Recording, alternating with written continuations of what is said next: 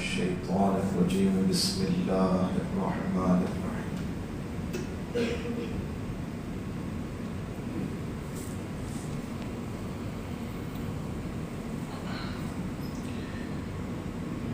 والذي أرسل رسوله بالهدى ودين الحق ليظهره على الدين كله ولو كره المشركون صدق الله مولانا العظيم. هو الحبيب الذي ترجى شفاعته لكل هول من الأهوال مقتحم. يا رب بالمصطفى بلغ مقاصدنا واغفر لنا ما مضى يا واسع الكرم. يا رب صل وسلم دائما ابدا على حبيبك خير الخلق كلهم. لي خمسة اطفي بها حر الوباء الحاطمة، المصطفى والمرتضى وابناهما والفاطمة. غوث اعظم بمن بيسر ساما مددي، قبل ایدی مدد کعبہ ایمان مدد. انتظار کرم تست من عینی را، اے خدا جو و خدا بین و خدا دا مدد. معزز سامعین کرام، فقیر نے آپ کے سامنے قرآن مجید فرقان حمید کی 28ویں پارے میں سے سورہ صف کی ایک آیت مقدسہ تلاوت کرنے کی سعادت و شرف حاصل کیا.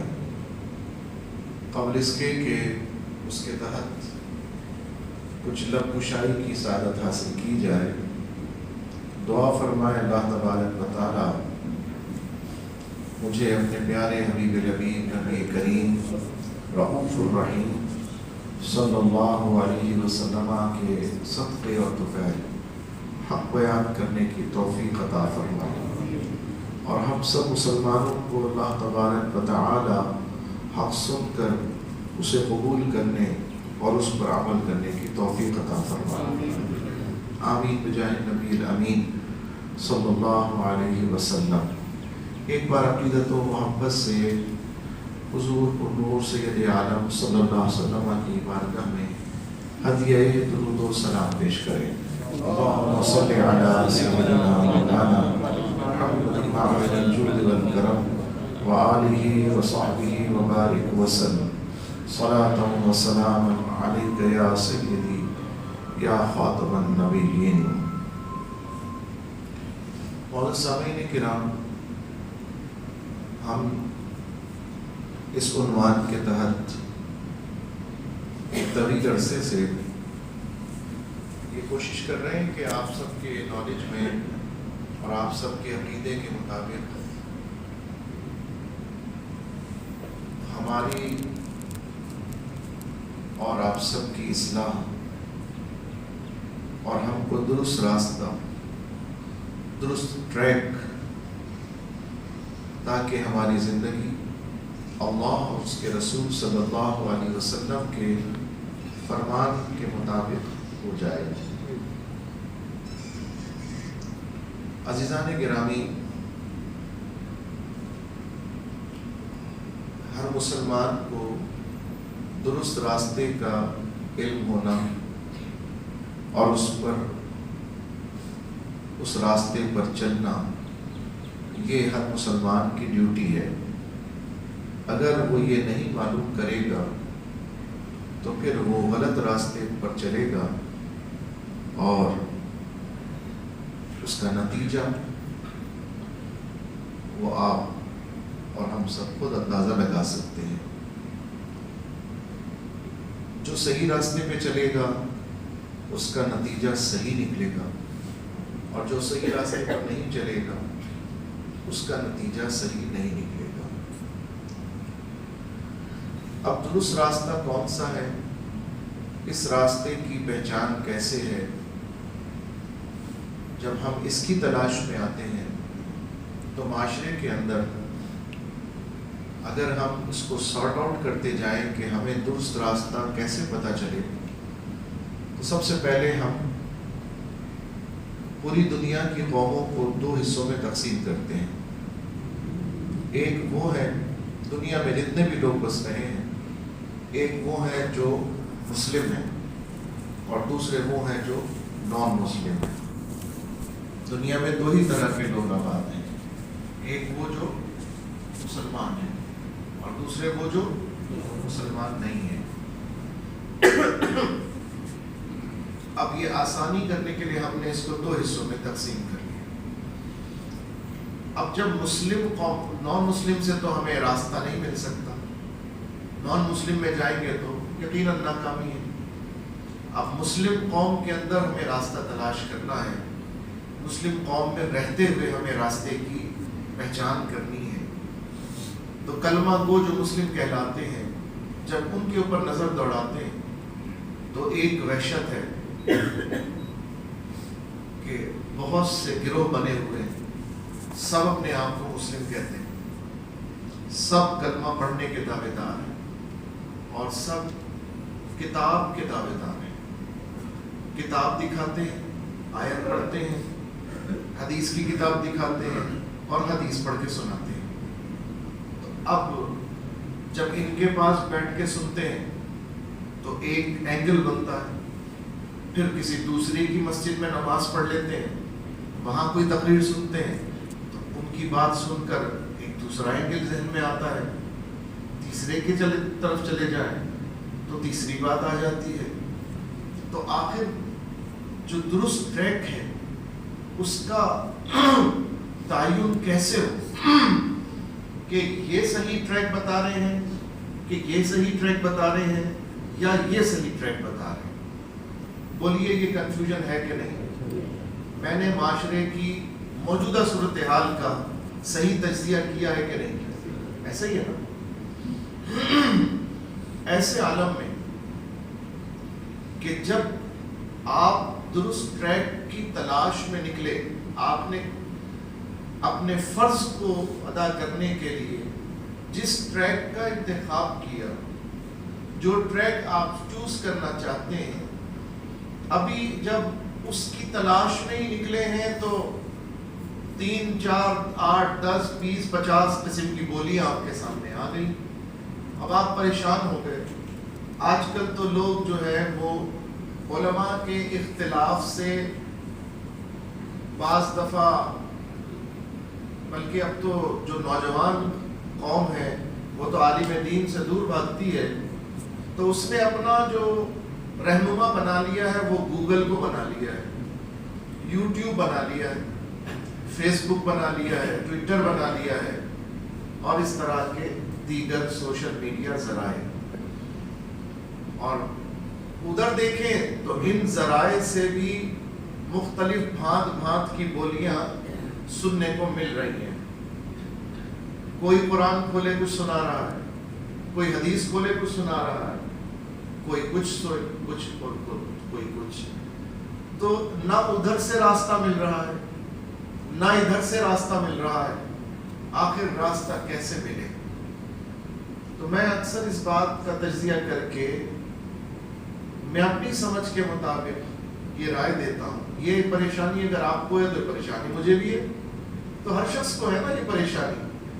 میں بھی تو تلاش میں ہوں نا، راہ حق کی تلاش میں. لیکن میں نے یہ محسوس کیا کہ ان سارے حالات میں نے سب حالات کا تجزیہ کرنے کے بعد 2 باتوں پر توجہ کی. ایک تو یہ کہ میرا تعلق کن سے ہے، ان کا کنیکشن کن سے ہے، ان کا کنیکشن کن سے، اس طرح کیا چین ملتے ملتے حضور تک پہنچی ہے کہ نہیں پہنچی. ایک بات میں نے یہ اپنی پہلے چیک کی کہ میرا جن بزرگوں سے جن سے میں نے دین لیا ان کا تعلق کن سے، ان کا تعلق کن سے. اب جب اوپر جاتے گئے تو دیکھا کہ میرا شجرہ اوپر جاتے جاتے بزرگوں سے سیکھنے کا، میں نے علامہ سید شاہ تراب الحق قادری رحمۃ اللہ علیہ سے دین سیکھا. میں نے حضور تاج الشریعہ مفتی اختر رضا خان ازہری رحمۃ اللہ علیہ سے دین سیکھا. اور میں نے علامہ خادم حسین رضوی رحمۃ اللہ علیہ سے دین سیکھا. اب یہ 3 میرے ہو گئے استاد. مثال کے طور پر ان کے استاد کون ہیں؟ جب ہم ان کے استاد پڑھتے ہیں تو ان تینوں کے استاد جو ہیں وہ ہیں امام احمد رضا خان فاضل بریلوی رحمۃ اللہ۔ اب میں نے دیکھا یہ بھی چلو موجودہ 1 صدی 2 صدی کے بزرگ ہیں، میں اس سے اوپر جاتا ہوں۔ جب میں ان سے اوپر گیا تو امام احمد رضا فاضل بریلوی رحمۃ اللہ علیہ کے استادوں میں آتے ہیں شاہ عبدالعزیز محدث دہلوی رحمۃ اللہ علیہ۔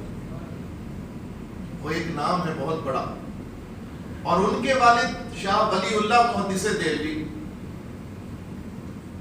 اب ان سے اوپر میں گیا تو یہ شجرہ آگے بڑھتے بڑھتے حدیث کی جو ہمارے پاس سند ہے اس میں نام ہے شاہ عبدالحق محدث دہلوی۔ چونکہ ہم ہندوستان کے رہنے والے ہیں، پہلے پاکستان، ہندوستان، متحدہ ہندوستان، تو وہاں پر حدیث کی سند کے چین میں 2 ہی نام آتے ہیں۔ علماء عرب کے علاوہ علماء عجم میں ہندوستان کے بزرگوں میں جو سب سے پہلا نام شروع ہوتا ہے نا، جو حدیث لے کر آیا اس ہندوستان میں، عرب سے سیکھ کر حدیث کا علم جو لے کر آیا، وہ نام ہے شاہ عبدالحق محدث دہلوی۔ اہل حدیث کی سند لے لیں کسی بھی فرقے کی، شیعوں کے علاوہ اہل سنت کے لانے والے جس گروپ کو بھی دیکھ لیں، اس کی سند اٹھا کے دیکھیں گے اس میں شاہ عبدالحق محدث دہلوی کا ہی نام ہوگا یا شاہ ولی اللہ محدث دہلوی۔ یہ 2 چین ہیں۔ یہ خاندان گئے باہر اور علماء عرب سے دین سیکھ کر آئے، علماء عرب سے دین سیکھ کر آئے، اور انفرادی طور پر علماء پہلے بھی جاتے تھے، لیکن باقاعدہ جو چین شروع ہوئی، پھر مدارس کی چین شروع ہوئی، اور ان مدارس میں پھر سند کی جو چین شروع ہوئی وہ انہی 2 چینل سے ہوئی ہے متحدہ ہندوستان کے اندر۔ سمجھتے جائیے، بات آسان ہوتی جائے گی۔ میں اپنا شجرہ چیک کر رہا ہوں کہ میں نے جن سے سیکھا ہے کیا صحیح سیکھا، کیا درست راستہ، کیا ان کا اینگل قرآن و سنت کا وہی ہے جو حضور سے چلا رہا۔ اب میں کیسے چیک کروں گا؟ میں نے اپنے استاد کی سند دیکھی، ان کے اوپر دیکھی، ہندوستان کی حد تک جب میں پہنچا تو سند میں سب سے پہلا نام کس کا نظر آیا؟ شاہ عبدالحق محدث دہلوی رحمت اللہ علیہ۔ تو میں نے کہا میں شاہ عبدالحق محدث دہلوی کو پڑھتا ہوں، بھائی انہی سے باقی نے سب نے پڑھا ہے نا۔ اب کسی نے اختلاف کیا تو کوئی کچھ بن گیا، کسی نے اختلاف کیا کوئی کچھ بن گیا، کسی نے اپنی تشریح کی، کسی نے اپنی تشریح کی۔ تو جب ہم نے شاہ عبدالحق محدث دہلوی کو پڑھنا شروع کیا، ابھی بھی موجود ہے کتابیں ان کی، میں ان کی صرف ایک کتاب کا نام بتاتا ہوں، ویسے تو بہت سی کتاب ہیں، اشاعۃ اللمعات بھی ان کی کتاب ہے، ما ثبت بالسنہ وہ بھی ان کی کتاب ہے، جو کچھ سنت کے مطابق ثابت ہے۔ اسی طرح ان کی ایک کتاب ہے جذب القلوب،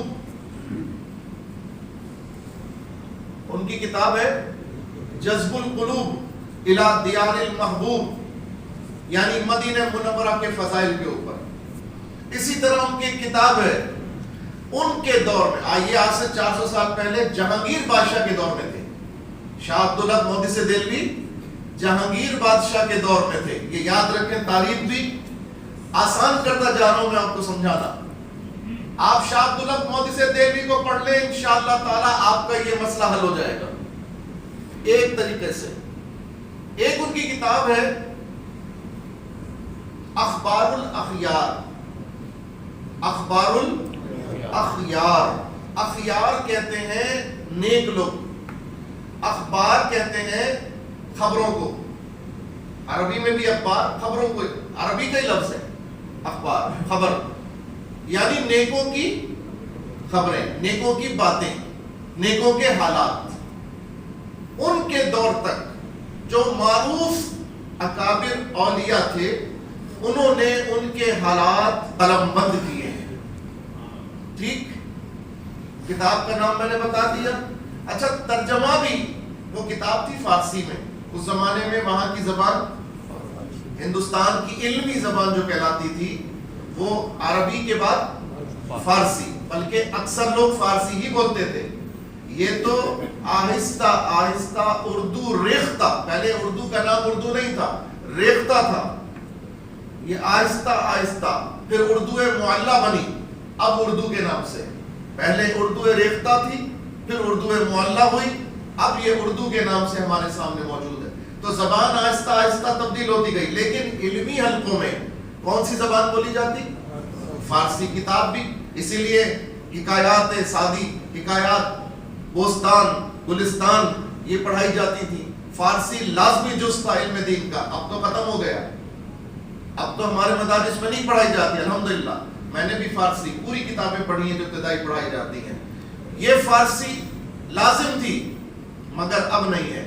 تو اس زمانے میں انہوں نے جو کتابیں لکھی وہ فارسی زبان میں، اشعۃ اللمعات یہ بھی فارسی زبان میں لکھی، یہ شرح ہے مشکات کی، حدیث شریف کی جو بڑی مشہور کتاب ہے مشکات شریف، اس کی شرح آپ نے لکھی اشعۃ اللمعات کے نام سے، سبحان اللہ۔ اسی طرح آپ نے کتاب لکھی اخبار الاخیار، اخبار الاخیار کتاب فارسی میں، اس کا ترجمہ اہل سنت بریلوی لوگوں نے بھی کیا، علماء نے، اور اس کا ترجمہ اہل دیوبند نے بھی کیا۔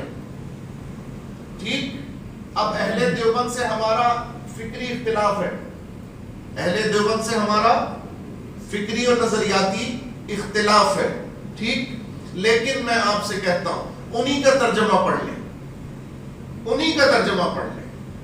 ہمارا پڑھیں گے تو کہیں گے تو آپ نے اپنا اینگل بیان کر دیا، آپ ان کا ترجمہ پڑھ لیں۔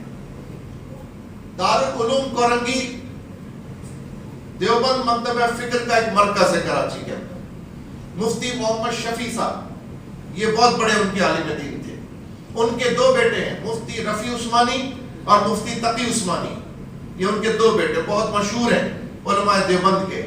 اس دارالعلوم کے شیخ الحدیث مولوی محمد فاضل اور سبحان محمود، ان دو نے مل کر اس کا ترجمہ کیا، میرے پاس موجود ہے، میری لائبریری کے اندر بھی موجود ہے، میں نے ان کا ترجمہ بھی رکھا ہے تاکہ بات کرو تو وہ کرو جو بالکل سالڈ ہو، آپ ریفرنس دے سکو۔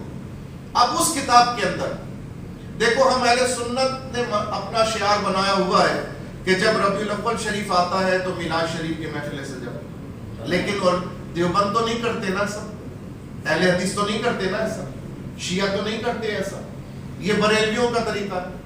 اب ہم جاننا چاہ رہے ہیں کہ درست طریقہ کہاں ہے، ہم یہ جاننا چاہ رہے ہیں نا، اسی لیے ساری کھوج لگا رہے ہیں، میں اسی لیے ساری آپ کو ہنٹس دیتا جا رہا ہوں۔ ہم نے ان کی کتاب کھولی، ابھی صرف ایک کتاب کا حوالہ دے رہا ہوں، باقی کتابیں بھی موجود ہیں۔ ہم نے کتاب کھولی اور کتاب جب پڑھنا شروع کی، فلاں بزرگ کا واقعہ، فلاں بزرگ کا واقعہ، فلاں بزرگ، فلاں بزرگ، میں نے کہا نا نیکوں کی باتیں اس کے اندر ہیں، نیک لوگوں کی۔ آخر کتاب کے اندر اب شاہ عبدالحق محدث دہلوی رحمۃ اللہ علیہ اپنا ایک حال بیان کر رہے ہیں، اے اللہ تیرا شکر، دعا کر رہے ہیں، اے اللہ تیرا شکر تو نے مجھے اولیاء کے حالات بیان کرنے کی توفیق عطا فرمائی، اے اللہ تیرا شکر تو نے مجھے نیکوں کا تذکرہ کرنے کی توفیق عطا فرمائی، اے اللہ تیرا شکر تو نے مجھے یہ نعمت دی، تو نے مجھے یہ نعمت دی۔ پھر ایک جملہ لکھتے ہیں، ترجمہ وہی کر رہے ہیں، میں ترجمہ نہیں کر رہا، انہی کا ترجمہ بتا رہا ہوں۔ ترجمہ کرتے ہوئے ان کے اقوال لکھتے ہیں، اے اللہ عبدالحق نے قرآن اور قرآن کی تفسیر کی بڑی خدمت کی تیری دی توفیق سے، عبدالحق نے حدیث اور علم حدیث کی بڑی خدمت کی تیری دی ہوئی توفیق سے، مگر یہ سب اتنے بڑے بڑے کام، قرآن کی خدمت، حدیث کی خدمت، یہ سب میں جو کچھ بھی میں نے کیا تیرے فضل سے کیا، مگر ممکن ہے میرے ان اعمال میں فساد نیت شامل ہو گئی ہو، دکھاوا شامل ہو گیا ہو، ریاکاری شامل ہو گئی ہو، دنیا کو دکھانے کے لیے میں نے کیا ہو، اپنے آپ کو عالم کہلوانے کے لیے میں نے کیا ہو۔ مگر مولا ایک کام عبدالحق ایسا کرتا ہے کہ جس کام کے اوپر اسے یقین ہے کہ کوئی عمل قبول ہو یا نہ ہو، لیکن یہ عمل تیری بارگاہ میں ضرور قبول ہوگا، اور وہ عمل یہ ہے جب تیرے محبوب کے میلاد کا مہینہ آتا ہے تو یہ محفل میلاد بھی سجاتا ہے اور کھڑے ہو کر تیرے محبوب پر صلاۃ و سلام پیش کرتا ہے۔ اب بتائیے کیا یہ طرز عمل دوسرے مکاتب فکر کا ہے، وہ اس کو درست کہتے ہیں، وہ تو کہتے ہیں بدعت ہے، وہ تو کہتے ہیں یہ بدعت ہے، بعض تو حد سے بڑھتے کہتے ہیں شرک ہے. لیکن ہم اسے کیا کہتے ہیں؟ ہم اسے مستحب عمل کہتے ہیں. نہ فرض کہتے ہیں، نہ واجب کہتے ہیں، نہ سنت کہتے ہیں. ہم کیا کہتے ہیں؟ یہ مستحب عمل ہے، کرو گے اللہ قبول فرمائے، اجر و ثواب ملے. کوئی نہیں کرتا، وقت نہیں ملا، کوئی گناہگار نہیں. جیسے نفلی عمل ہوتا ہے اسی طرح یہ مستحب عمل ہے. لیکن یہ سب محبت کی باتیں ہیں. جس کے دل میں اس کی قدر ہوگی وہی کرے گا نا، جس کے دل میں نہیں ہوگی وہ نہیں کرے گا. جو اسے جائز سمجھتا ہوگا وہی کرے گا نا، جو اسے جائز نہیں سمجھتا ہوگا وہ نہیں کرے گا. تو ہمیں یہ پتا چلا اس ساری بات سے کہ جو 400 سال پہلے متحدہ ہندوستان میں اسلام قرآن و حدیث کی تعلیم کی صورت میں جب آیا، یعنی درس و تدریس کی صورت میں جب پھیلا، تو اس کے جو بانی ہیں وہ ہے شاہ عبدالحق محدث دہلوی رحمۃ اللہ علیہ.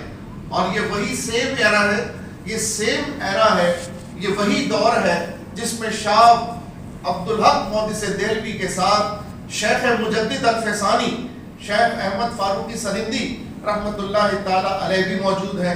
ان کا بھی ٹاکرا پہلے اکبر سے ہوا، اس کے بعد اکبر مر گیا تو جہانگیر کے ساتھ ہوا. اور جہانگیر کے دربار میں جو بدعت اور جو حرام کام ہوتا تھا، سجدہ تعظیمی، یعنی بادشاہ کے دربار میں پہلے سلام سجدہ کر کے کیا جاتا تھا. بادشاہ کو خدا سمجھ کے سجدہ اس وقت بھی نہیں ہوتا تھا، لیکن بڑا سمجھ کر، عظیم سمجھ کر اور عزت میں کیا جاتا. شریعت اسلامی میں تو یہ سجدہ بھی حرام ہے. شریعت اسلامی میں غیر خدا کو سجدہ عبادت بھی نہیں ہو سکتا اور سجدہ تعظیمی بھی نہیں کیا جا سکتا. چاہے کوئی زندہ ہو، چاہے کوئی پیر ہو، چاہے کوئی ولی کہلاتا ہو، چاہے کوئی مزار ہو، کسی کو سجدہ جائز نہیں ہے. سجدہ عبادت تو جائز تھا ہی نہیں کبھی، لیکن سجدہ تعظیمی اگر اگلی امتوں میں جائز بھی تھا، جیسا قرآن نے کہا کہ یوسف علیہ السلام کو ان کے والد نے، ان کی والدہ نے اور 11 بھائیوں نے سجدہ کیا. یہ کس سے ثابت ہے؟ قرآن سے ثابت ہے. نبی کو سجدہ کیا کس نے؟ نبی نے کیا. یعقوب علیہ السلام باپ ہیں مگر نبی بھی ہیں، باپ بھی ہیں نبی بھی ہیں. تو حضرت یعقوب علیہ السلام نے بھی سجدہ کیا. نبی نے یہ نہیں کہا کہ یہ حرام ہے، یہ شرک ہے، یہ بدعت ہے. اس زمانے میں یہ سجدہ تعظیمی جائز تھا. فرشتوں نے کس کو سجدہ کیا؟ اللہ کو تو سجدہ کرتے ہی تھے، لیکن اللہ کے حکم سے کس کو کیا؟ آدم علیہ السلام کو کیا. تو اللہ کو جو سجدہ کرتے تھے وہ سجدہ عبادت تھا. آدم علیہ السلام کو سجدہ کیا وہ سجدہ تعظیمی تھا، وہ عزت کا سجدہ تھا، بڑائی کے اعتراف کا سجدہ تھا، عظمت کے اعتراف کا سجدہ تھا. گزشتہ شریعتوں میں، دوروں میں جب کسی کی بڑائی کا اعتراف کیا جاتا تو اسے سجدہ کر کے اعتراف کیا جاتا تھا، جائز تھا. نبی نے نبی کو کیا ہے سجدہ، قرآن سے ثابت ہے. لیکن جب حضور علیہ السلام کا زمانہ آیا اور یہ شریعت آئی، شریعت اسلامیہ، تو حضور علیہ السلام نے اس سجدے کو بھی منسوخ فرما دیا. اس سجدے کو بھی اب بڑے کی بڑائی کا اعتراف لفظوں سے ہو جائے گا، کسی اور انداز سے ہو جائے گا، مگر سجدے سے نہیں کیا جائے گا. جہانگیر کے دربار میں اکبر کے دور سے تعظیم کا یہ رواج ہو گیا کہ بادشاہ کے دربار میں لوگ سلام نہیں کرتے بلکہ سجدہ تعظیمی کیا کرتے تھے. حضرت شیخ مجدد الفسانی شیخ احمد فاروقی سرہندی رحمت اللہ تعالی علیہ، آپ نے اس کے خلاف جہاد کیا اور جہانگیر کو ٹوکا، باقاعدہ خطوط لکھے جس کی پاداش میں آپ کو گوالیار کی جیل میں بھی بند کر دیا گیا اور ایک طویل عرصے تک اپنے ساتھ لشکر کے اندر بھی شامل رکھا گیا. جہاں لشکر جاتا آپ جاتے، یعنی سفر کی صحبتیں بھی دی گئیں، مشکلات بھی دی گئی آپ کے ساتھ، لیکن اس کے باوجود آپ حق پر ڈٹے رہے. اور جہانگیر کا بیٹا شاہ جہاں معتقد ہو گیا، عقیدت مند ہو گیا، اور اللہ نے اپنے فضل سے جہانگیر کو بھی نصیحت عطا کی اور اس نے اپنے دربار سے اس قبیح رسم کا خاتمہ کر دیا. یہ برکت بھی شیخ مجدد الفسانی رحمت اللہ تعالی علیہ کی وجود مسعود کی برکت سے ہوئی. میں بتانا یہ چاہ رہا ہوں یہ سیم ایرا ہے، یہ ایک ہی دور ہے جس میں شیخ مجید الفسانی بھی کام کر رہے ہیں اور حضرت شاہ عبدالحق محدث دہلوی رحمت اللہ تعالی علیہ بھی کام کر رہے ہیں۔ شاہ عبدالحق محدث دہلوی جب یہ کہیں کہ میں میلاد کی محفل بھی سجاؤں اور میں اس میں کھڑے ہو کر درود و سلام بھی پڑھوں، تو آج 400 سال کے بعد کون سا ایسا گروہ ہے جو اس طرز کے اوپر عمل کر رہا ہے؟ کون ہے؟ اب آپ خود سمجھ سکتے ہیں، سارے لوگ موجود ہیں نا بھائی، مکتبہ فکر دیوبند بھی موجود ہے، مکتبہ فکر اہل حدیث بھی موجود ہے، مکتبہ فکر شیعہ بھی موجود ہے، اور مکتبہ فکر اہل سنت بریلوی بھی موجود ہے۔ ان سب معروف فرقوں میں سے کون ایسا گروہ ہے جو عبدالحق شاہ عبدالحق محدث دہلوی کے اس قول کے مطابق آج بھی عمل کر رہا ہے؟ جب ہم شاہ عبدالحق محدث دہلوی رحمت اللہ تعالی علیہ، جن سے حدیث کی سند ہندوستان میں چلی ہے، کوئی عالم ان کی سند حدیث کے بغیر عالم ہی نہیں بنتا، ہر ایک کی سند میں یا شاہ عبدالحق محدث دہلوی لکھا ہوگا یا شاہ ولی اللہ محدث دہلوی لکھا ہوا ہوگا، ہر عالم کی سند کے اندر، کیونکہ ہندوستان میں علم حدیث لانے والے یہ دو ہی خاندان ہیں، شاہ ولی اللہ محدث دہلوی کا خاندان اور شاہ عبدالحق محدث دہلوی کا خاندان۔ تو جب میں نے شجرے کے حساب سے چیک کیا تو مجھے اپنے بڑوں کی اپنے بڑوں کی ویریفیکیشن اس طریقے سے معلوم ہو گئی، اس طریقے سے معلوم ہوئی۔ اور جب میں نے قرآن کھول کر پڑھا، تو الحمدللہ مجھے قرآن سے یہی نصیحت ملی، مجھے قرآن سے یہی راز ملا۔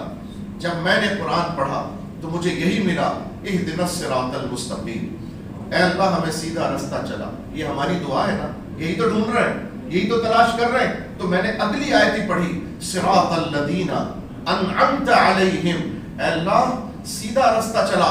یہ اللہ کے اوپر ہم نے دعا کر کے نہیں چھوڑ دیا کہ اب وہی ہمیں سیدھا رستہ چلائے گا، نہیں، اللہ نے ہمیں سیدھے رستے کی ایک علامت بھی عطا فرما دی کہ سیدھا رستہ وہ ہوگا جس پر میرے انعام یافتہ بندے چلے ہیں۔ سیدھا رستہ وہ ہے جس پر اللہ کے انعام یافتہ بندے چلے۔ اب جب سیدھا رستہ وہ ہے جس پر انعام یافتہ بندے چلے، تو ہم نے رب سے سوال کیا، مولا تو ہی بتا انعام یافتہ بندے کون ہیں؟ انعام یافتہ کون ہے؟ ورنہ تو ہر شخص اپنے بڑے کو کہے گا یہ انعام یافتہ ہے، ہر گروہ، ہر فرقہ اپنے بڑے کو کہے گا۔ شیعہ امام خمینی کو بولیں گے وہ امام یا خمینی کے لیے کہیں گے وہ انعام یافتہ ہے، اہل حدیث کسی کو بولیں گے، ابن تیمیہ کو بولیں گے، عبداللہ بن باز کو بولیں گے، یا عبد الوہاب نجدی کو بولیں گے، دوسرے کسی اور کو بولیں گے۔ مولا تو بتا انعام یافتہ کون ہے؟ تو قرآن ہی بتاتا ہے، انعم اللہ علیہم، جن پر اللہ کا انعام ہے وہ کون ہے؟ من النبیین، سب سے پہلے نبیوں کا گروہ، جماعت انبیاء، والصدیقین، اور جو نبیوں پر ایمان لاتے ہیں ان کی تصدیق کرتے ہیں، جو سچے ہیں۔ اگر میں عرف میں کہوں گا، اگر سارے نبیوں میں سے میں صرف حضور کا تذکرہ کروں تو پورے نبیوں کی نمائندگی ہو جائے گی، یعنی انعام یافتہ بندے ہیں حضور محمد مصطفیٰ صلی اللہ تعالی علیہ وسلم، یہ انعام یافتہ، سبحان اللہ، یہ خاتم النبیین ہے، اور ان کی ختم نبوت کی حفاظت جس نے کی وہ صدیق اکبر ہے۔ یعنی صدیقین میں سے بھی اگر میں صدیق اکبر کا نام لے لوں تو پوری جماعت صدیقین کی نمائندگی ہو جائے گی۔ اور اس کے بعد رب نے فرمایا من النبیین، ختم نبوت خاتم النبیین صلی اللہ علیہ وسلم، والصدیقین، ان میں سے سب کے نمائندہ ابو بکر، میں نے نام لے لیا، ابو بکر کا راستہ صراط مستقیم ہے کیونکہ وہ صدیقین میں سے، اور صدیقین کے امام ہے، بلکہ صدیق، ان کا تو لقب کیا ہے؟ صدیق، سب صدیق ہے اور وہ صدیق اکبر ہے، سبحان اللہ۔ پھر فرمایا رب نے والشہداء، اور جماعت شہداء صراط مستقیم پر ہے۔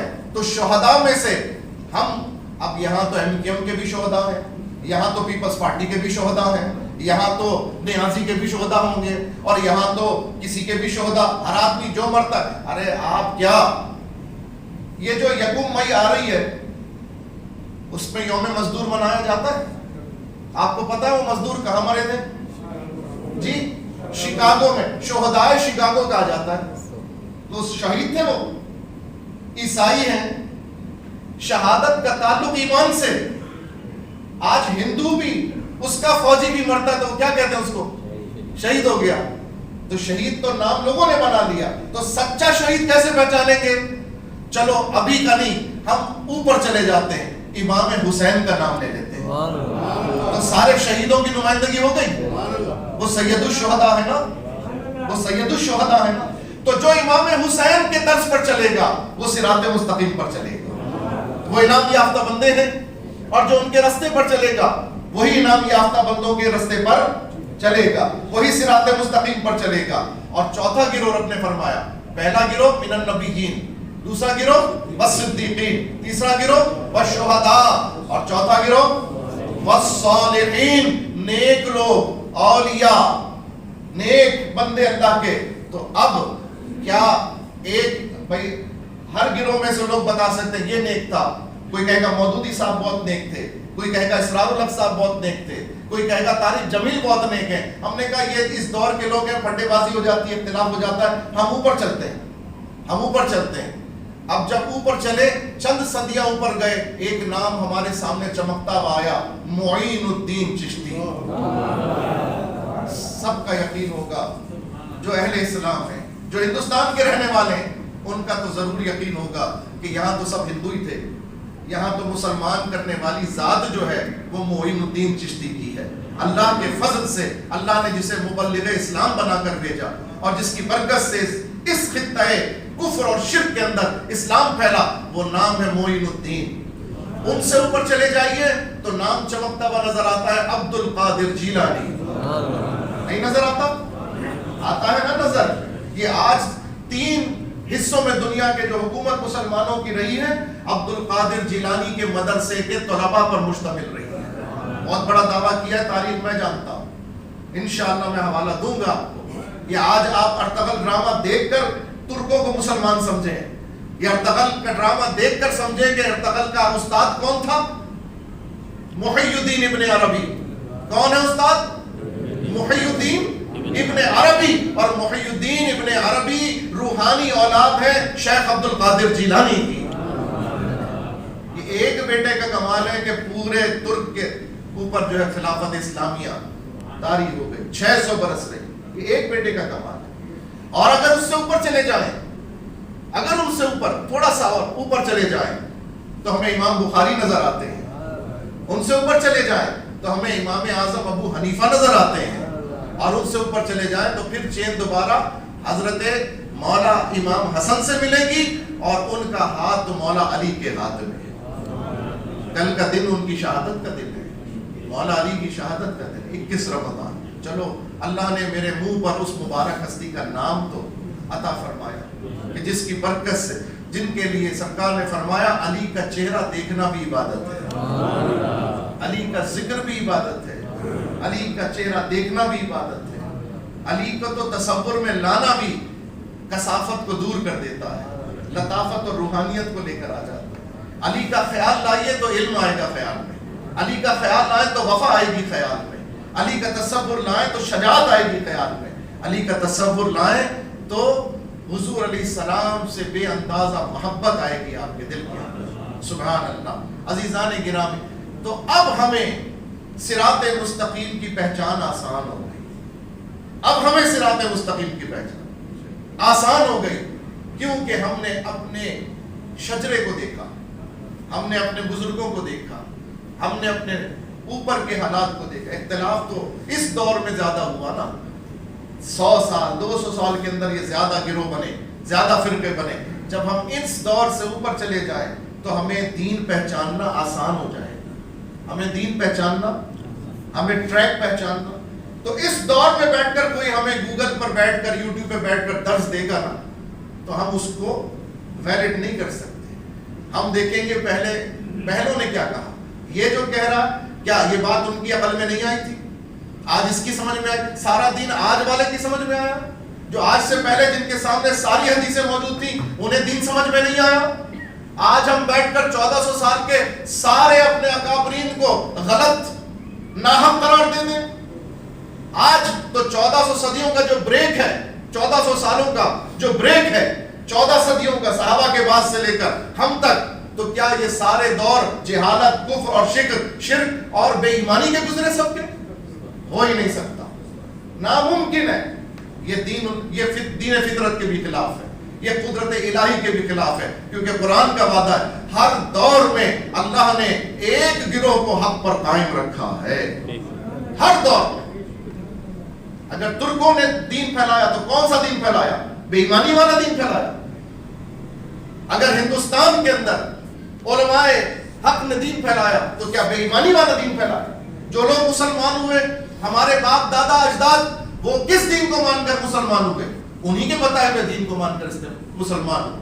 اور آج ہم پڑھ کے اپنی تشریح کر کے کیا ان سب کو جو ہمارے دیندار جو گزرے، جنہوں نے ہمارا نام مسلمان رکھا، جنہوں نے ہماری کان میں اذان دی، جنہوں نے ہمیں نماز سکھائی، آج جن کی وجہ سے ہم دیندار کہلا رہے ہیں، ہم انہی کو کہتے ہیں کہ وہ سب جتنے گزرے نا صحابہ کے پاس سے، یا امام بخاری کے پاس سے، یا حدیثوں کی کتاب لکھنے والوں کے پاس سے، آج تک جتنے بھی تھے ہمارے بڑے، وہ سب کے سب نالائق تھے. معاذاللہ. یہ دین سکھاتا ہے ہم کو؟ یہ دین ہمیں بتاتا ہے؟ نہیں جناب. آپ کی چین ٹوٹ جائے گی تو آپ کہاں متصل ہوں گے؟ آپ کی چین متصل ہونی چاہیے، آپ کا شجرہ متصل ہونا چاہیے. الحمدللہ. اب آپ بتائیے، میں نے جس انداز سے آپ کے سامنے رہنمائی کی ہے، کیا اس سے دین پہچاننا آسان نہیں ہے؟ حق پہچاننا آسان نہیں؟ درست ٹریک کا پہچاننا آسان نہیں؟ الحمدللہ میرے رب نے مجھے میرا سینہ کھول دیا اور مجھے اس طرح سے رہنمائی عطا فرمائی. اچھا پھر جب ہم اس کو، یہ تو میں نے آپ کو اس طرح دلائل دیے، لیکن اگر ہم اس کو زمانے کے حالات پر درایت کے اعتبار سے ویریفیکیشن کریں تو ہمیں لگتا ہے کہ واقعی ہم سچے ہیں. کیونکہ جب ختم نبوت، حضور کی ختم نبوت کے اوپر حملہ ہوا تو الحمدللہ جس کا دین سچا تھا وہی کھڑا ہو گیا اس کی حفاظت کے لیے. ہوا کہ نہیں ہوا؟ کوئی کھڑا ہوا؟ نہیں کھڑا ہوا. کوئی نکلا گھر سے؟ نہیں نکلا. وہ نکلا جو الحمدللہ سچے دین کا ماننے والا تھا، جس کا ٹریک درست تھا، جو حسین کا بھی ماننے والا تھا، شہداء، جو ابوبکر صدیق کے طرز پر بھی کام کرنے والا تھا، یعنی صدیقی بھی تھا سچا حسینی بھی تھا، اور جو اولیاء سے سچی محبت کرنے والا سچا رضوی بھی تھا. الحمدللہ وہی نکلا. جب دین کو ضرورت پڑی، آج پھر دین کو ضرورت پڑی ہے، آج پھر اس خبیث ہالینڈ کے گیٹ فیلڈر نے حضور کی شان میں گستاخی کی ہے. حالیہ دور میں جب عمران خان اترا ہے، اس کے بعد سے اس نے اپنی خباثت بڑھا دی ہے، بہت زیادہ بکواس کو اترا. دنیا میں کوئی نہیں ہے جو اس کا منہ بند کر سکے. تحریک لبیک یا رسول اللہ صلی اللہ علیہ وسلم کے امیر حافظ سعد رضوی نے اپنے والد کا وہ قول دہرایا. جب والد حیات تھے تو وہ بھی فرماتے تھے کاش کہ ہم ہالینڈ پہنچ جائیں، اللہ ہمیں توفیق دے دے اور ہم جا کے اس کا گلا دبا دیں، ورنہ جو ہالینڈ میں حضور کا کلمہ گو مسلمان ہے وہ جا کے اس کا گلا دبا دیں. آج پھر ہم یہی کہتے ہیں کاش اللہ ہمیں توفیق دے دے، ہمیں ہماری غیرت کو، ہمیں اتنی جرأت اور ہمت دے دے کہ ہم وہاں پہنچ جائیں، اور کاش وہاں کے رہنے والے کسی غیرت مند مسلمان کو اللہ یہ سعادت عطا فرما دے کہ اس بدبخت کا گلا دبا دے، وہ زبان بدی سے کھینچ لی جائے، وہ آنکھیں نکال لی جائیں، وہ انگلیاں کاٹ دی جائیں، اور وہ سر تن سے جدا کر دیا جائے. کیونکہ میرے آقا نے فرمایا من سب نبیا فاقتلوہ، جو میرے محبوب علیہ السلام کی شان میں گستاخی کرے وہ دنیا میں رہنے کا حقدار نہیں ہے. یہ حالات ہیں. کہیں قرآن شریف جلایا جا رہا ہے، سویڈن میں سر عام قرآن شریف جلایا گیا، کہیں حضور کی گستاخی ہو رہی ہے. تو غیرت اسلامی بیدار کرنے کا وقت ہے. غیرت مندوں کے لیے یہ وقت ہے. جو بغیرت ہیں ان کے لیے نہیں ہے. جو بغیرت ہیں وہ تو سوتے رہے، وہ تعویلیں کرتے رہے، کیونکہ انہیں دنیا عزیز ہے، انہیں مال عزیز ہے، انہیں نوکری عزیز ہے، انہیں بچے عزیز ہیں. وہ گھر کا فکر کرتے. اگر میں مولویوں کی باتوں میں آ کے میں نکل گیا اور میری جان کو کچھ ہو گیا تو نوکری کا کیا ہوگا؟ بیوی کا کیا ہوگا, بچوں کا کیا ہوگا, کاروبار کا کیا ہوگا, مال کا کیا ہوگا, اس کا کیا ہوگا, اس کا کیا. لیکن جس کی نظر میں محبوب کی محبت کا سودا سما جائے, نہ پھر اسے ماں باپ یاد رہتے ہیں, نہ بیوی بچے یاد رہتے ہیں, نہ اسے دنیا کی کوئی چیز یاد رہتی ہے, پھر اسے یاد ہے تو صرف یہ یاد ہے کہ وہ گستاخ ہے اور میں سرکار کا غلام ہوں. اور غلام پر محبوب سے وفا لازم ہے, غلام پر محبوب سے وفا. دیکھو ہم سب حضور سے محبت کے دعوے دار بیٹھے ہیں, لیکن وفادار ہیں کہ نہیں یہ سوال ہے. محبت کے دعوے دار ہونا اور ہے, لیکن محبوب کا وفادار ہونا اور ہے. اسی لیے اقبال نے یہ نہیں کہا کہ محمد سے محبت تو ہم تیرے ہیں, یہ نہیں کہا. اقبال نے کیا کہا کہ محمد سے وفا تو نے تو ہم تیرے ہیں. یہ جہاں چیز ہے کیا, لوح و قلم تیرے ہیں. یہ سعادت وفاداروں کے لیے ہے. اللہ سے دعا کرو اللہ ہمیں وفادار بنا دے. محبت کے دعوے دار ضرور ہیں ہم, کلمہ کو ضرور ہے ہم, لیکن محبت کی وفا یہ ہے کہ جب جان نچھاور کرنے کا وقت آئے تو وفادار نہیں کرتا, چنی و چنا نہیں کرتا, یہ وہ نہیں کرتا, بلکہ اپنے محبوب سے وفا کا حق ادا کرتا ہے. اللہ ہم سب کو وفادار بنا. تاجدار ختم نبوت زندہ باد زندہ باد زندہ باد. تاجدار ختم نبوت زندہ باد زندہ باد زندہ باد. من سب نبیا فاقتلوه. لبیک لبیک لبیک یا رسول اللہ. لبیک لبیک لبیک یا رسول اللہ. لبیک لبیک لبیک یا رسول اللہ.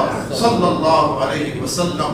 رہے گا یوں ہی ان کا چرچا رہے گا, بڑے خاک ہو جائیں جل جانے والے. وآخر